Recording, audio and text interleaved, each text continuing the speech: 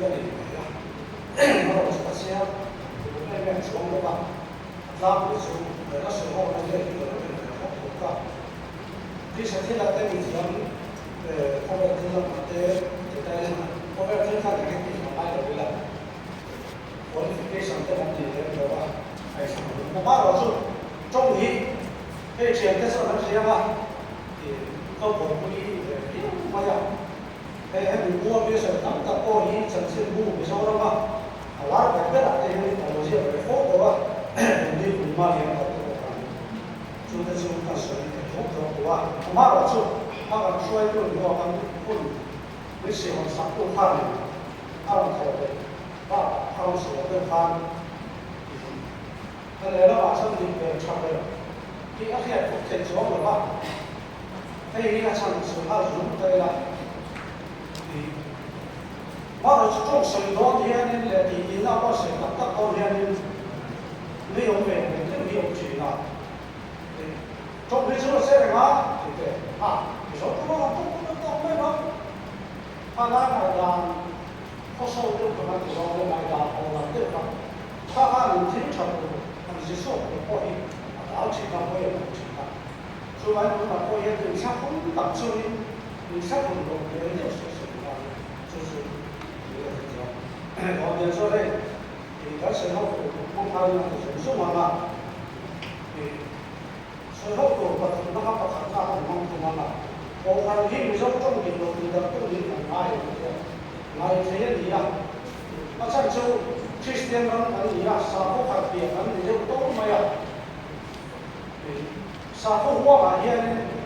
ate se pa tanga lian put sen ku pun na te se pere mo ti ti na te pa khan sa ko wa hi kan chong mang tam na mo ni mi pui ma ti te an so le te mi pa ko te te su mi te kha mi ya so so an mai rao te me te te wa chu mi ga ni na mu chu ya te kha pa ko da le me chin da ni na ko na te so ko na te ku sa sa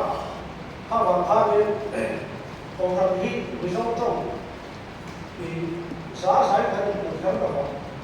xã sống mà về lại cho nên một con xiêm mà là chú bà nên các chị về được của kia các chị một con thì là tôi vẫn bị khóc rồi thì lại là không để cái gì ra cho cô phần một xiêm ra thì được rồi sẽ chủ lý thì không sẽ có những điều mà cô phần một mà nếu làm ra thì trong những thiên nó sẽ về mà 아까 무슨 아니 그거 기억이 아마 너무 많이 못 받아요. 저 봐봐 가네 그런 뭐가 좀 기억이 재미로 많이 fon다가 좀 어디서 그래서 뭐가 사실 스포츠 들도 되고 비기나면 제들도 되고 뭐지 하는 거의 뭐 못하는 게 그런 사고 후와 관세 같은데 맞다. 잘나요. 맞다. 오늘 뭐 대별 생긴 건 달라데 제가 좀 나게 한가지. 전초 나중에天来蒙挡啊，天来蒙挡的是，你今天你让挡了，人家中间的不对这个嘛。这个嘛，他的如果我哋話係下出嚟，所以中間條路咁啱先，呢個時候把我哋拉嚟做有時會都看先前嘅嗰個水溫嗰個嘅風嘅地方路嗰條線我說過地方路嗰條線我說過啊，你咁那說呢，但目前頭開個新嘅路線嚟做啦，咁我都會他来了嘛，这女生中意，跟方呢还等你跟我，跟方呢人那等你说，只表看，跟你龙方呢，还晒落的、麻的、咩翻来的，长的的，至少上那种方面做，忙来的嘛，不是有的种忙或是听，白天有的是，中国人说出来。他们是比从这路上没少给看的，即便看中这些点点点，那到底是不买有东西？那大把 cái này nó mà đi bên bờ cái nó mà đi lâu trong xe là cái con là thế sự các đi lâu đi thì mà làm mà trong nó mà chụp xe phải cái trong nó mà chụp xe chú mà sẽ đi con lên thì chú đi thì sự sẽ chú đi ông lên rồi mà chỉ biết phần trong nhiều mà nhưng thế mình phải tham công bộ mà thì ai bảo này cũng có thể thì do đó phải làm所以的话，我那时候这个话，而且结果是对了，我们要把我把是要多些地方，种在那个把买农那里头啊，买我们买我们不放水的话，那那个些宝贝的，买我们说是多一个人，农田地方放那些，买回我们说地产房地那些，后来农动我们都买呀，买我们。现在看来我们他比较怕呢，说多些第一，对，有这个，有的忙工作这个是这个，多些第一种菜，那手上还出风啊，现在这个钱他有几斤，他包的但忙不搞嘛呀，第一，第二我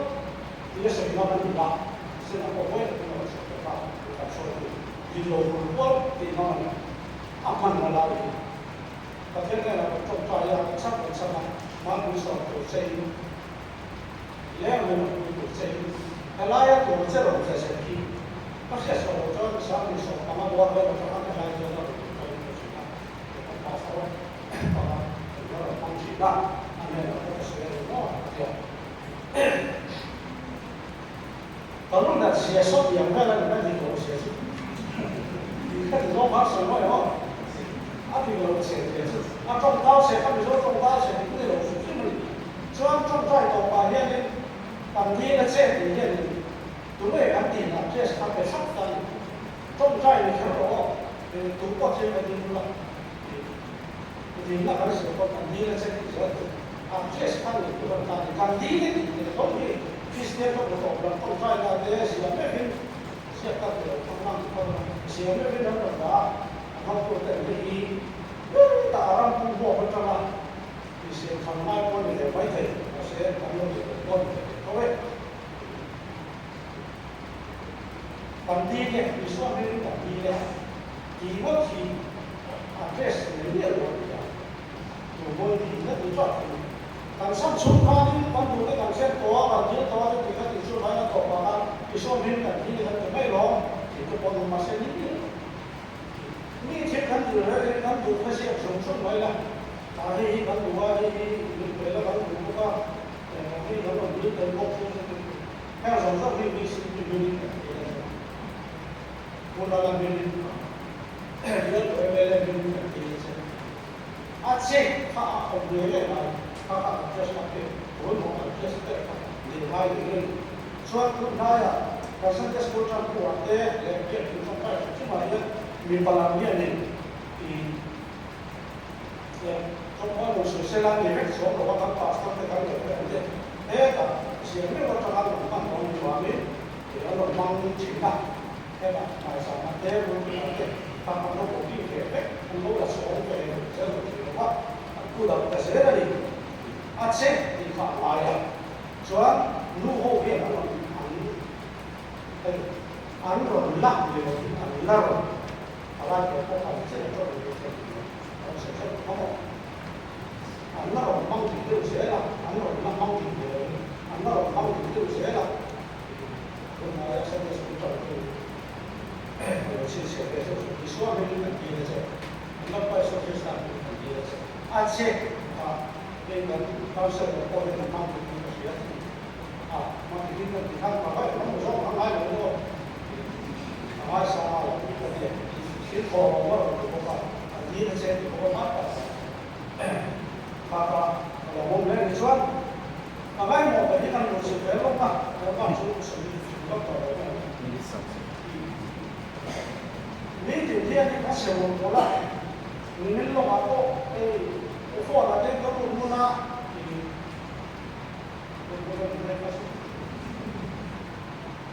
你有时候光顾，真正他把光顾了，其实我们现在这个是跟你说的，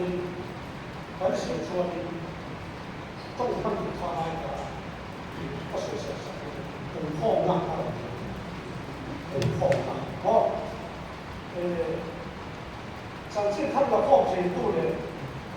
放带把天的度的，精神上全度的，跟你说呢，可以 feel 出来。modify form 的这方面，那些 experiment modify 的干嘛？啊，后面 modify 过嘛？哎，那 modify 的过后，他就上我们这样，啊，这个程度特殊，对吧呀？你一定得成为未来的代表，啊，成功的出现，啊，成功的是怎么的？他表示看。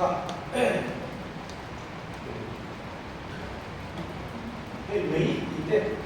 这个东西，每到一点，是每一点，每天一什么，每多每个是每。当帮手，你是嘛不包含，帮你看多点，他也能看到买我，如果这不去，如果能够都手你说的啥，我天上人就讲那个，是吧？你。咁然後啦，就寫落嚟啦。你做未收中，佢每啲錢啦，先咁妥咗咁人出啦，啥數碼嘅咁樣，係冇費，但通過學，哦，佢每個人啦，好咁樣咯，咁樣，他電視看，就你講講啊，講緊嘅，當，他電他未收中佢每。我给他一样，你的家手那边很累的，那你会慢点，肯定就慢点到慢得多。那些听线去的个别程度是对这这，或者不太肯定，忙，那个呢，那个人忙，差不多，他比我不分，所以他有的你看，另外那个是什么人呢？cái cổ phần sầu cả hiện nay cũng mà cho cổ phần sầu cả mấy người cũng cũng thu nhập cái gì mà đâu cũng không cả thế là cho tôi ở phố mà ya cũng nó có thằng chỉ ha một phải cái điều ha một phải cái chỉ là tốc độ nó đến một cái phải thì ở trong xã hội Pasal itu dengan mana ni? Al leh mai ini al tam ini al tam dia. Oh, ini cerita lo. Cuan, tele. Ayam ni tele tu dia. Ini cerita mana? Pada apa? Dan orang tu itu kau mama tu. Là sao? Và là có bán về đấy, office bán về đấy, cái sao? Mỗi người quan là có đi bán, quăng á, anh thúc quăng cái gì, này, anh quăng khác gì, khác tiền gì khác đấy, thì xem nó sân thuộc toàn không phải sửa nữa, cái em trả gì đấy, cái em trả in này mua dùng cái dùng nó chưa dùng nó không được chơi nó nhưng mà không có gì nó dùng cái số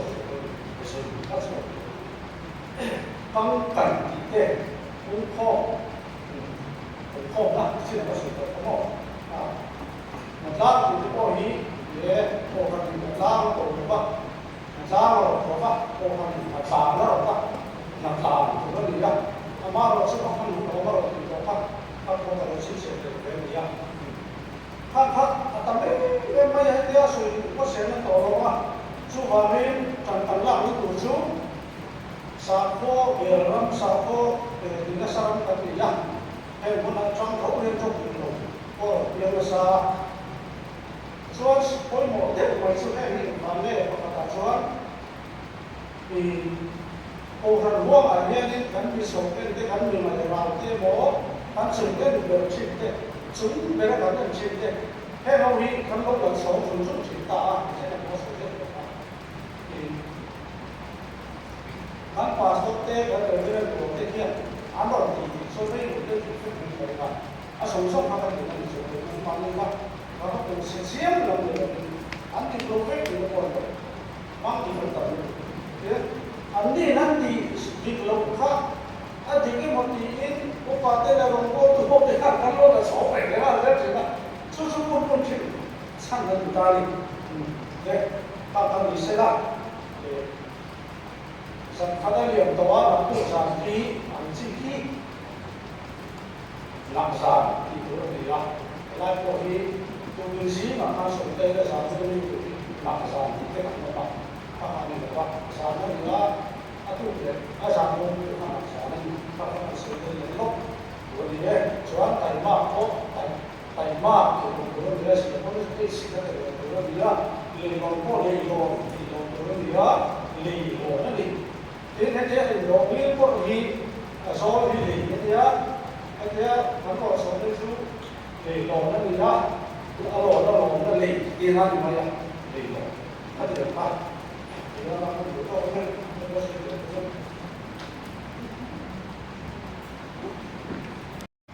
cái nào thì nó sẽ là cái là cái muốn nói trong练面里重紧旁面没有写了，每次面人我都会给个写啊，都很低都啊摸一都啊查都很低啊，俺我的嘞么呀，因为你刚来个路边来的那说都低就查路了，低路了，你说中啊说。mỗi lô tóc mấy những người đàn đi thì có sập đàn đi ăn thịt lô tóc mình chú tiền cho ăn chả lô tóc mình ít chết cũng bị ăn thịt lô tóc mình tóc mình này chú chả lô thịt lô mỗi lô ăn thì ít cả lô phải chỉ là ví dụ trong cái cung mà xả mà sẽ tụi nó hiện dik soina, moi soina, cha soina, a moi tak tingor ka. Nan dia tu hobi, moi pek soina ka cha pek. Soina te, ani mang ta binok mai bi. Alo dik so ani chuan kan mang chau se langa. Ma ro chu dik lo ani chuan a moi tak kan tingor ka moi tak ani bi ta. Alo dik zo trong dik lo ani chuan ta dai mai la với nhà trang cái chúng ta chỉ cần trong cái quy định mà sẽ thì số thì mỗi lô tóc cái gì thì lô chai lô mà ngay thì các chúng ta còn suy đốt thì là vad cái chuột mà rồi chúng ví dụ trong cái khu mà chuột tóc cái gì các chúng mỗi lô tóc cái gì chai lô tóc cái gì nung đá cái nung đá cũng nghĩa thì lô tóc cái gì sinh vật tiềm chi tóc mình là các chúng ta lồng thịt lồng mỗi lồng thì là mà ai cả lồng ai chỉ là chứ buồn ai em chỉ mỗi để chào nên soi tất này đi bây giờ nghe thịt sốt thì ai sốt ba sốt ba chỉ là soi sẽ là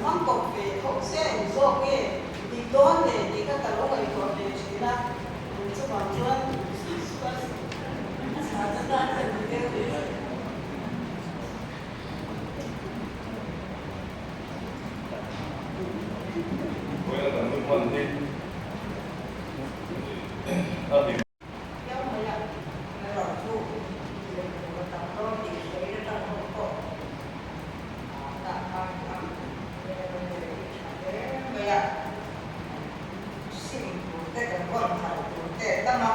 à phụ bằng con luôn á sẽ cần gì đâu á và sao ấy được đi vì một con sẽ để con chuyện con sao thì đây là sẽ có ta thì bằng gì đó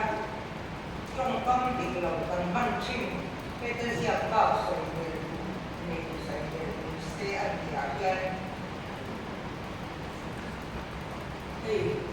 mình sẽ thu con hàng xe ra con thu để con soi thu để thu xin thu để có gì bác sĩ cái con hàng xe cái mình dọa ăn cái dọa báo là ta nên con thu mà mình sống sạch cho nó sẽ cái hàng gì soal tayo taking siya kasi sa bayan ng kantido soal siya ukahan ko pinter siya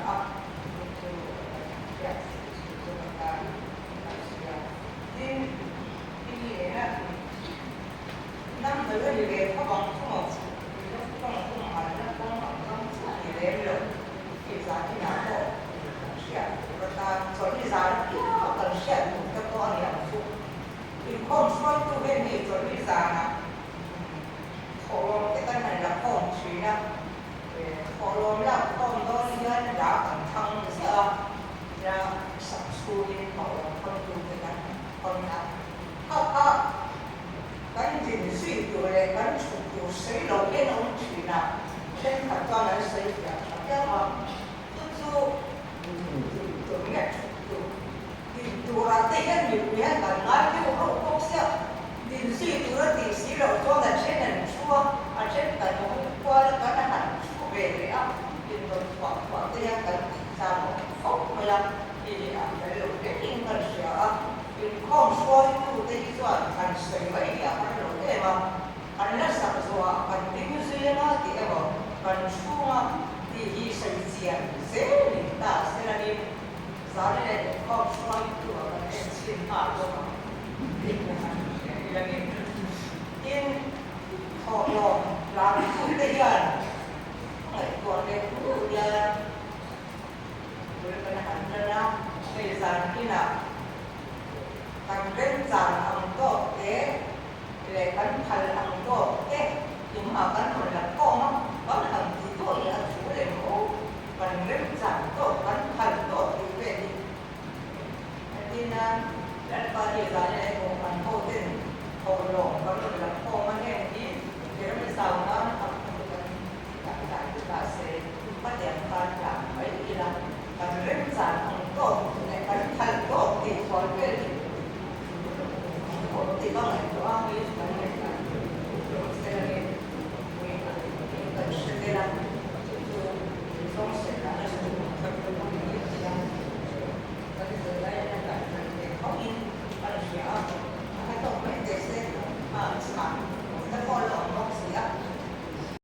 bây trong cái dấu trong bỏ đi nhé sắp trong cái suy tư lập đây đó dấu trong bỏ đi học cũng là sự kiện cần quan đại thằng nào bây thì với các anh sẽ phải cái dấu trong quan điểm chúng ta này á tại vì vẫn cũng là tại vì cũng là thì cái bộ không bị dấu trong mang không tôn đây là những cái sự có thể kiểm soát tốt đó hắn cũng mới thì dấu trong phụ lục lệ tù tùy khi bôi múa anh lệ được tù xuống về bôi múa cái kia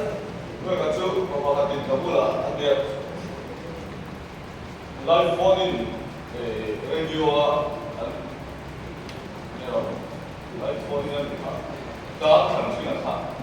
dan này thật thì tôi mình hoàn toàn hoàn đẹp mua thì thật là không mấy vì chúng mua mà thì rồi có một lần rồi hôm nay mua được cái mua thì vì dấu trong thì cái đầu chúng chỉ mua thì không được đâu mấy thì kiểu thì có mong về để suy cơ thì mấy các thì ông cơ cái thật là ông đúng không mấy ví dụ là ông trong đó là đồng viên tận phần là thì ở trong lâu thì thế thì chiếm không mấy có chợt là mà cùng nhìn thấy ông về khi làm trong phần ăn ví dụ trong cắm nó làm gì là thắt cái việc kiểm được cái xử lý là về bốc tay là sự mày nó không có gì được to như cả nhà ai tăng lâu thế cũng mà chỉ chìm nó mà có ôm lệ tay là chìm làm trong phát cái những một đắng làm phát nó ôm lệ rất cố gắng có thằng làm trong có cái lỗ đắng làm cố gắng thì là làm đây về trong phát thế là em bỏ cũng đắng trong chuông phần đắng về một đề mấy thầy chủ khác lâu như về không bằng à chứ bằng chuông em vì gần sự lai quy na còn gì á gần bị thiềm không vì na anh này quay bộ không còn cả lần cái chú gần là mong việc chia lối thì quay chỉ là thì quay em đi ăn còn gì á cái chú tổ mà là đầu tiên hẳn mong xóa bây giờ chú để ví dụ làm cũng bằng coi hiện gần luôn phải thì nó tụ với một cái phải rồi thì nó tụ em một pha đầu tiên á cái này cũng có các lệ cũng mấy à luôn khai thì nó khai luôn là thì cái bộ phimมันก็ให้ทำเลยอ่ะในส่วนเวลาที่นั่นดีตั้งตัวเราประกาศชื่อ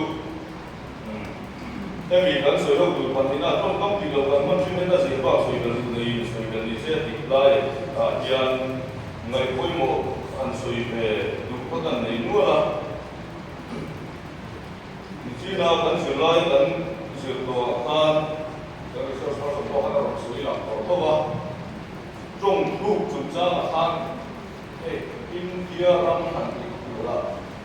ตัวละอันนี้จุดบอกกันเดียวที่ส่งตัวละมาซึ่งกันส่วนอินเดียรำที่เราแค่ที่เขามาแต่สิ่งที่ช่วยตัวสิ่งที่มีปัญหาก็เป็นเอาว่าผมไม่อยากที่จะสิ่งที่เราอินเดียรำที่ไม่ถูกพานี่กันนั้นว่าเยซูคริสต์ปัจเจียนเลฟ้าเยซูคริสต์ปัจเจียนเลฟ้าเดี๋ยวว่าเยซูคริสต์ปัจเจียนเลฟ้าปัจเจียนเลฟ้ากันเยซูคริสต์ปัจเจียนเลฟ้ากันทุกคนนี่ยังชี้กันเอกลักษณ์กันสื่อไล่พวกกันทุกคนคุยหมดกับพี่กันเสียดินกินข้องปุ๋ยที่มาเรื่องท่านที่เป็นได้ละคนแบบนั้นเป็นข้องปุ๋ยก็ต้องอยู่แบบนั้นสินะมาเสตุนนู่นนั่นเป็นก็ไหนตัวเช่นชื่อแรงกันก็มาเยอะอาป้าหมายอะไร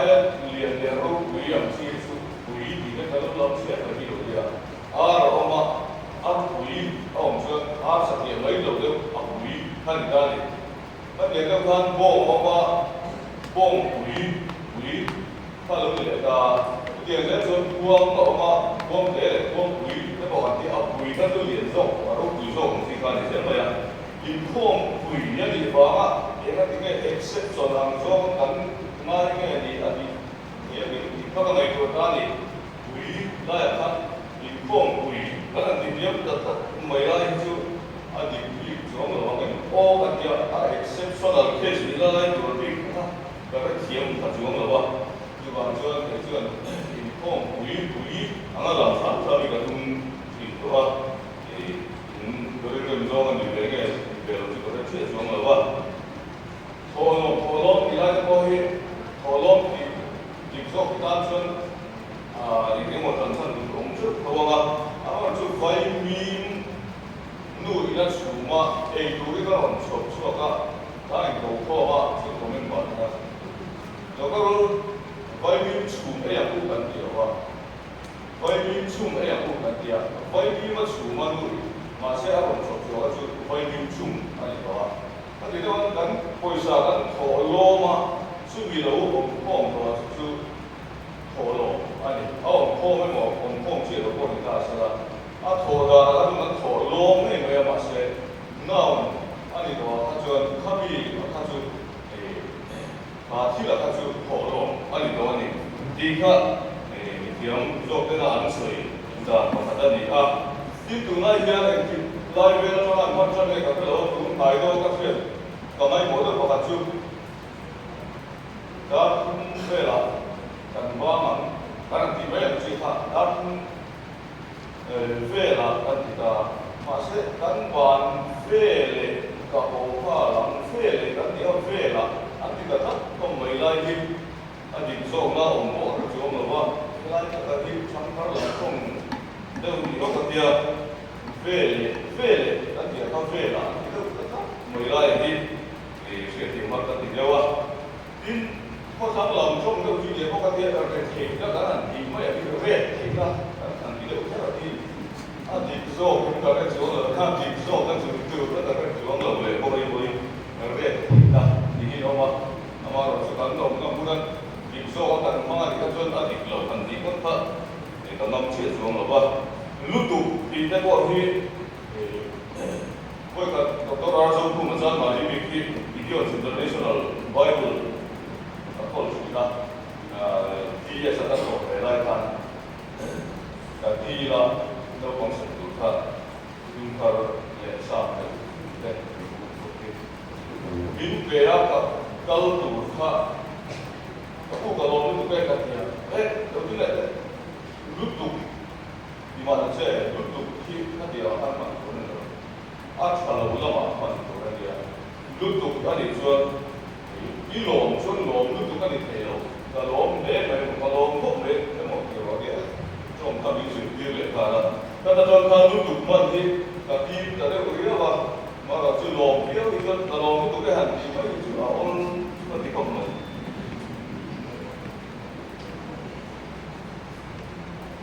thì cho thì